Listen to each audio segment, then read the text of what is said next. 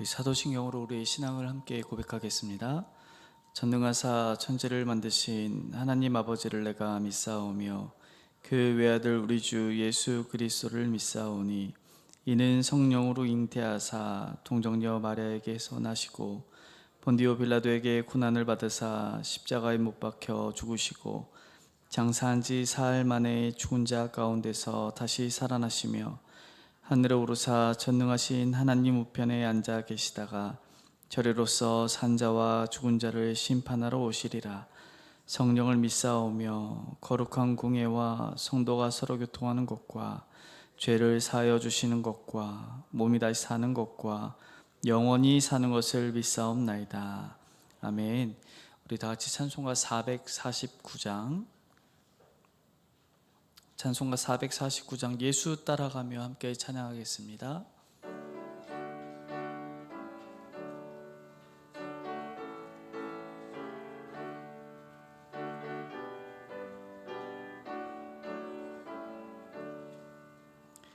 예수 따라가며 복음 순종하면 우리 행할 길 완하겠네.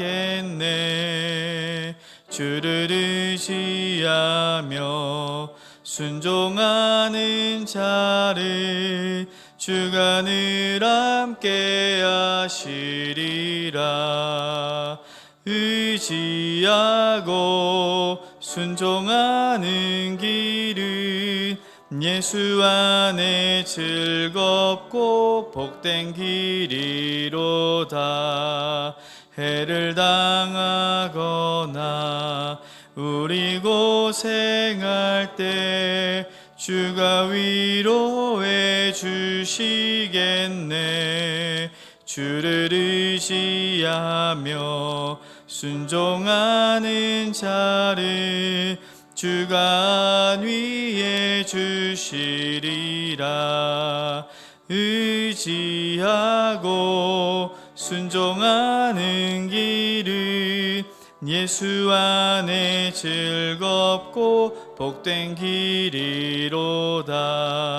남의 짐을 지고 슬픔 위로하며 주가 상급을 주시겠네. 주를 의지하며 순종하는 자를 항상 복 내려 주시리라. 의지하고 순종하는 길을 예수 안에 즐겁고 복된 길이로다. 우리 받은 것을 주께 다 드리며 우리 기쁨이 넘치겠네. 주를 의지하며 순종하는 자를 은혜 풍성케 하시리라. 의지하고 순종하는 길은 예수 안에 즐겁고 복된 길이로다. 주를 힘입어서 말씀 잘 배우고 주를 모시고 살아가세. 주를 의지하며 항상 순종하며 주가 사랑해 주시리라. 의지하고 순종하는 길은 예수 안에 즐겁고 복된 길이로다. 아멘. 이 시간 함께 나눌 하나님 말씀 데살로니가전서 2장 1절부터 16절까지 말씀입니다.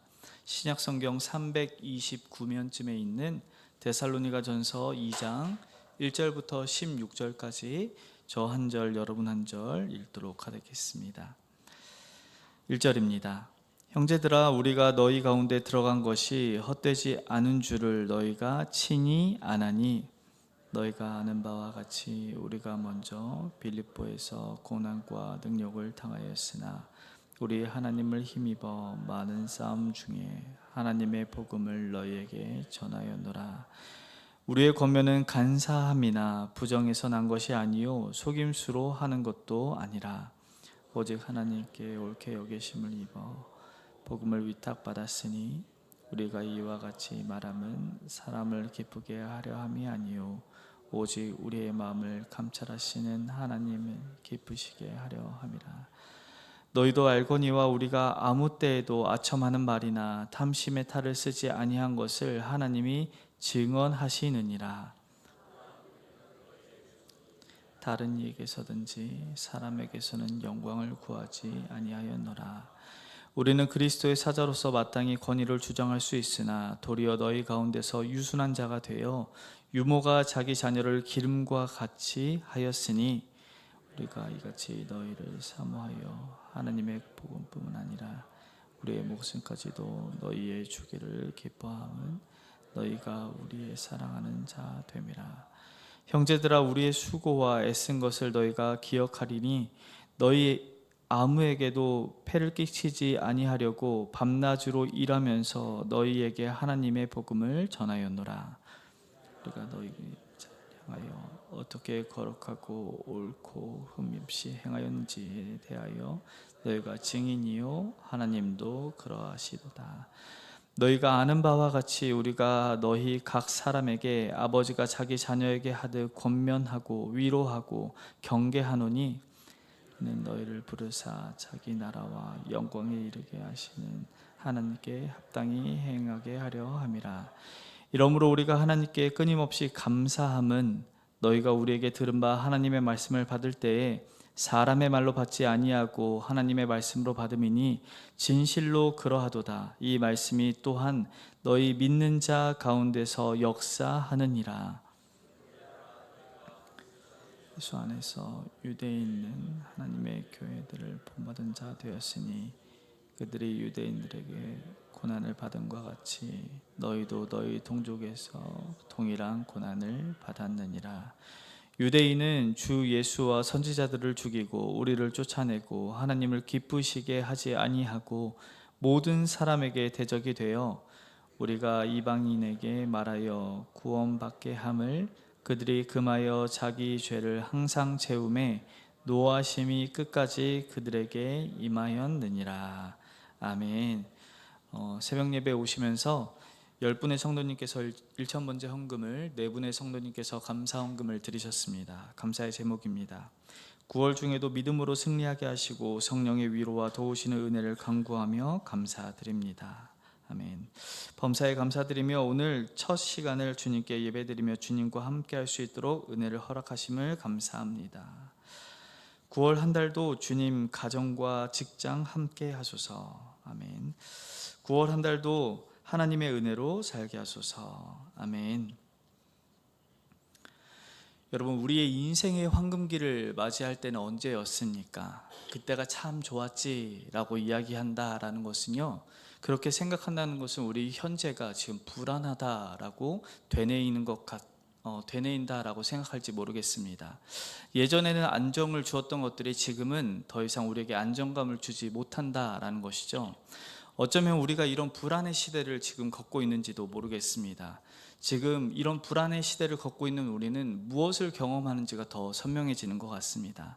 세상의 것으로 평화를 경험하는 것인지 아니면 정말로 내가 믿고 있는 예수로 말미암는 그 평화가 경험되고 있는 것인지 이 불안의 시대에 더욱 드러난다라는 것이죠. 그런데 지금 우리가 사는 이 세상이 주는 평화만을 경험했다고 한다면 어쩌면 그리스도인들이라고 불리는 우리는 불쌍한 사람인 것 같습니다. 왜냐하면 그리스도인이라고 불리는 사람들은 세상과 다른 차원의 것을 경험하는 사람들이기 때문에 그렇습니다. 우리는 예수 그리스도가 주시는 평화, 하늘 아버지께서 주시는 평화를 경험하는 사람들이기 때문이다라는 것이죠. 그래서 영국에 있는 마틴 로이드 존스 목사님은 이런 이야기를 하셨습니다. 복음의 영광은 교회가 세상과 완전히 다를 때 세상을 강하게 끌어당긴다.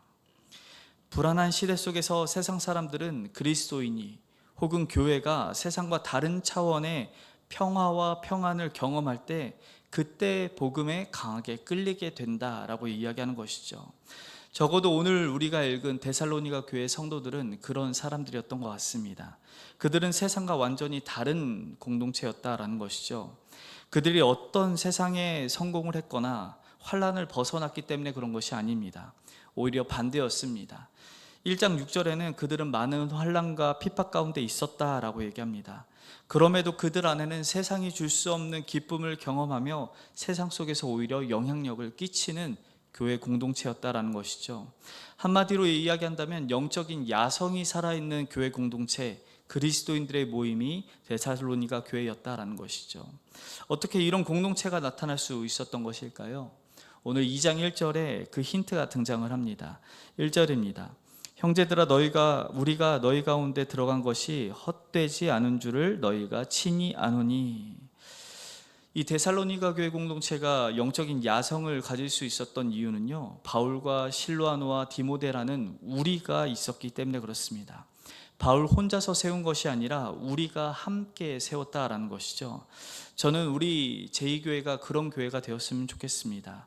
77년이라는 교회의 역사를 가지고 있지만 그런 과거의 기쁨에 머물러 있는 것이 아니라 바울과 실라와 디모데가 데살로니가 교회 공동체를 변화시켰듯이 지금 우리가 제2교회, 주님이 원하시는 영적인 야성을 띠는 그런 공동체로 변하기 위해서 우리가 힘쓰는 그런 교회가 되었으면 좋겠습니다. 그렇다면 이런 영적인 야성을 가진 새로운 공동체를 어떻게 만들 수 있을까요? 영적인 야성을 가진 공동체를 만드는 첫 번째 힘은 다른 방식에 있다는 겁니다. 좋은 스승을 얻게 되면 얻게 되는 혜택이 무엇입니까? 바로 볼 것이 있다는 겁니다. 바울도 데살로니가 교회에 볼 것이 있게 해주었습니다. 삶으로 사역으로 바울이 그들에게 보여준 것이 있습니다. 오늘 말씀에서 바울이 강조하는 것이 하나 있는데요, 1절에는 너희가 친히 안다, 2절에는 너희가 아는 바와 같이, 5절도 너희도 알거니와, 9절에서 너희가 기억하리니, 10절은 너희가 증인이요 하나님도 그러하시다. 데살로니가 교회 성도들은 바울과 실라와 디모데, 이 우리라는 사람들을 통해서 어떻게 살아내는지를 보았다라는 것이죠. 바울이 보여준 것이 있는 것입니다. 무엇을 보여주었을까요? 세상의 방식으로 사는 것이 아니라 하나님의 방식으로 사는 것을 보여준 것입니다. 바울은 세상 사람들이 살아가는 방식에 대해서 3절에 간사함과 부정함 그리고 속임수라고 이야기합니다. 그리고 5절에는 아첨하는 말과 탐심의 탈이라고 이야기하는 것이죠.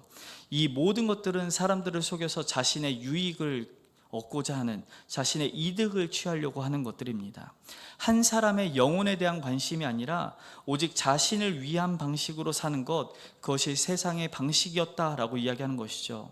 그러나 오늘 사도 바울은 데살로니가 교회에 보여줬던 방식은 전혀 다른 방식이었습니다. 자기 희생을 통해 영혼을 살리는 하나님의 방식입니다. 그래서 7절을 한번 보십시오. 우리는 그리스도의 사도로서 마땅히 권위를 주장할 수 있으나 도리어 너희 가운데서 유순한 자가 되어 유모가 자기 자녀를 기름과 같이 하였으니, 8절입니다. 우리가 이같이 너희를 사모하여 하나님의 복음뿐 아니라 우리의 목숨까지도 너희에게 주기를 기뻐함은 너희가 우리의 사랑하는 자 됨이라. 사도 바울이 사도로서 자신의 이익과 권리를 주장하지 않았습니다. 주장할 수 있었지만 그렇게 하지 않고 어떻게 했다고 이야기합니까? 모든 것을 포기하고 포기한 것을 넘어서서 오히려 자기의 것을 내어주는 사람, 자기의 목숨을 주는 사람으로 변했다라는 것이죠. 왜 그랬을까요? 하나님이 사랑하는 그 한 영혼이 얼마나 귀한지를 이 사도 바울이 알았기 때문에 그렇습니다. 하나님 아버지께서 이 영혼들을 위해서 자신의 하나뿐인 아들 예수 그리스도를 보내주시기까지 사랑하신 그 사랑을 사도 바울이 알았다라는 것이죠. 그래서 사도 바울은 자기의 것을 포기하고 하나님을 힘입어 도리어 자신의 것을 내어주는 사람, 그런 방식으로 교회 안에서 함께 살아갔다라는 것입니다. 사랑하는 제가족 여러분, 우리도 교회 안에서, 그리고 가정 안에서, 직장 안에서, 우리가 속해 있는 이 세상 안에서 내 것을 주장하는 것보다 도리어 한 영혼을 천하보다 귀히 여기시는 하나님의 마음을 가지고 섬기는 사람들, 그래서 이 불안한 시대 속에서 우리를 통해 하나님의 평안을 경험하게 되는 복된 여러분이 되길 간절히 소망합니다. 그런가 하면 영적인 야성을 가진 공동체를 만드는 힘은 두 번째로 태도에 있다라는 것이죠. 태도에 대해서 이 최인하 대표라는 분께서 이런 글을 썼습니다. 씨앗 없이는 꽃이 피지 않지만 씨앗을 심었다고 모두 꽃을 피우는 것이 아니다. 우리 안에 재능을 꽃피우는 것은 바로 태도이다. 결국 태도가 경쟁력이다. 우리의 신앙도 저는 마찬가지라고 생각을 합니다. 태도가 건강한 신앙을 꽃피운다라는 것이죠. 데살로니가 교회가 영적인 야성을 가질 수 있었던 이유도 여기에 있었습니다. 바로 그들의 태도에 있었다라는 것이죠. 13절을 한번 눈으로 따라와 보십시오. 이러므로 우리가 하나님께 끊임없이 감사함은 너희가 우리에게 들은 바 하나님의 말씀을 받을 때에 사람의 말로 받지 아니하고 하나님의 말씀으로 받음이니 진실로 그러하도다. 이 말씀이 또한 너희 믿는 자 가운데서 역사하느니라. 아멘. 바울이 그들을 향해서 감사하다라고 이야기할 수 있었던 이유가 어디 있습니까? 말씀에 대한 그들의 태도가 있었기 때문에 그렇습니다. 데살로니가 교회는 사도 바울이 오랜 시간 그들을 말씀을 가르친 교회가 아닙니다. 짧게 하나님의 말씀을 들었음에도 불구하고 그때 사람의 말로 듣지 아니하고 하나님의 말씀을 그들이 받았다라는 것이죠. 그리고 그 말씀대로 이루어질 것을, 그 말씀대로 이루실 하나님을 믿었다라는 겁니다. 그런 태도를 취했더니 믿는 자 가운데서 역사하시는 하나님의 역사가 데살로니가 교회 안에 보여지고 나타났다라는 것이죠. 우리의 삶을 한번 돌아봤으면 좋겠습니다. 삶에서 우리는 하나님의 말씀의 역사가 일어나고 있습니까? 만약에 일어나지 않는다면 이유가 무엇이겠습니까? 말씀을 듣지 않아서가 아니라 그 말씀대로 이루실 크신 하나님을 어쩌면 우리가 믿지 않고 있기 때문일 수 있습니다. 결국 그 말씀에 대한 태도는 그 말씀을 주시는 하나님에 대한 태도이다라는 것이죠. 당신의 하나님은 너무 작다라는 책이 있습니다. 이 책의 서문에 이런 글이 있는데요. 오늘날 많은 사람들은 마음속에 불만을 지닌 채 하나님에 대한 신앙 없이 살아가고 있다. 그들이 특별히 악하거나 이기적이어서 혹은 하나님이 실제로 안 계시기 때문에 그런 것이 아니다. 인생을 설명해 줄 만큼 큰 하나님, 새로운 과학시대에 어울릴 만큼 큰 하나님, 최고의 동경과 존경을 받을 만큼 거대해서 기꺼이 헌신할 만한 하나님을 발견하지 못했기 때문이다. 우리 안에 믿음의 역사가 일어나지 않는 이유는 상황과 환경의 문제가 아니라 내 안에 믿음의 문제다, 태도의 문제다라는 것이죠. 하나님이 안 계시기 때문이 아니고 이 시대가 과학의 시대이기 때문이 아니라 우리가 믿는 하나님을 우리가 너무 작게 생각하기 때문에 그런 일이 발생한다라는 것입니다. 사랑하는 제가족 여러분, 우리 하나님은 작은 하나님이 아닙니다.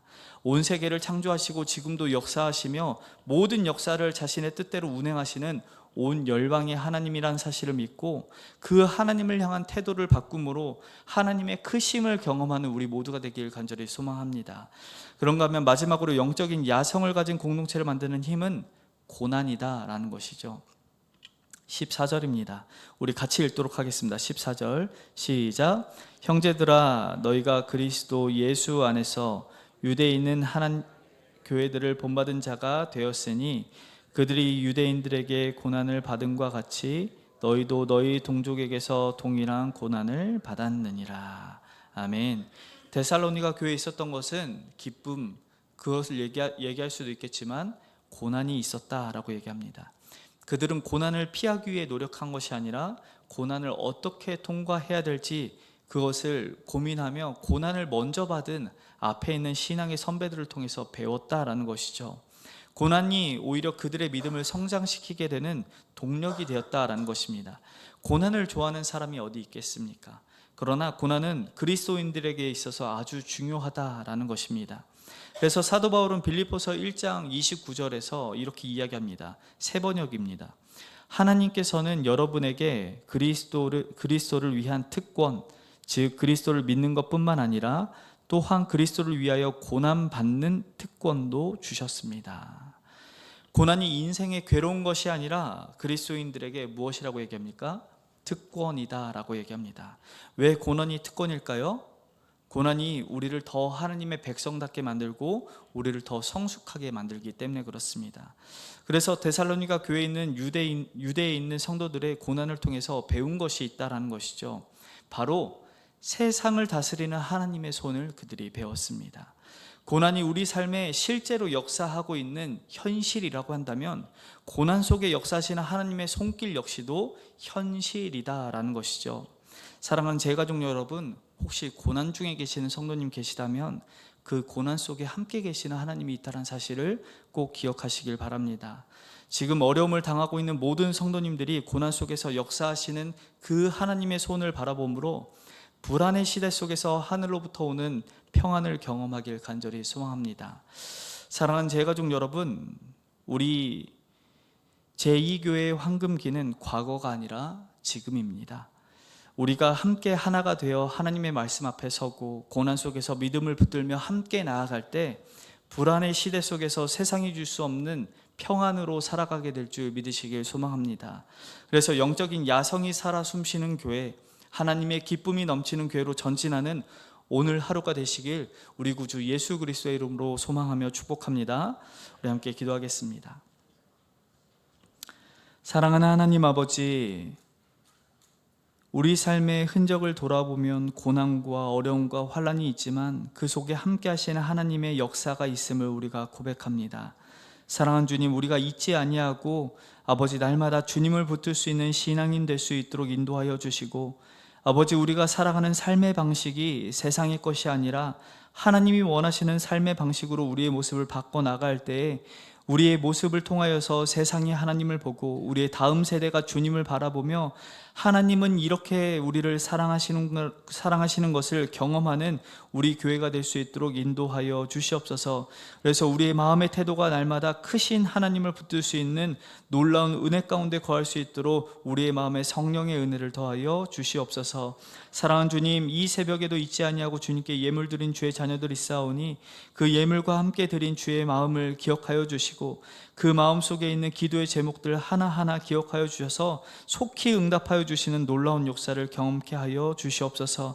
그러나 이 예물이 쓰이는 곳마다 하나님의 이름의 흔적들, 하나님의 사랑의 흔적들이 나타날 수 있도록 주님께서 흠양하여 주시옵소서. 사랑하는 주님, 이 새벽에 여전히 주님을 찾고 울부짖는 우리의 환우들이 있습니다. 환우의 가정들도 기억하여 주셔서 그 환우들 속에서 역사하시는 하나님, 치료케 하시는 하나님, 함께 하시는 하나님으로 말미암아 평안을 누리고 치료하며 일으킴을 받아 하나님께 예배드리는 찬양의 기쁨이 넘치는 가족들, 환우가 될 수 있도록 역사하여 주시옵소서. 그렇게 이 새벽에 일하시며 우리 마음 가운데서 은혜 베푸실 우리 구주 예수 그리스도의 이름으로 기도드립니다. 아멘. 하늘에 계신 우리 아버지여, 이름이 거룩히 여김을 받으시오며 나라의 임하옵시며 뜻이 하늘에서 이룬 것 같이 땅에서도 이루어지리이다.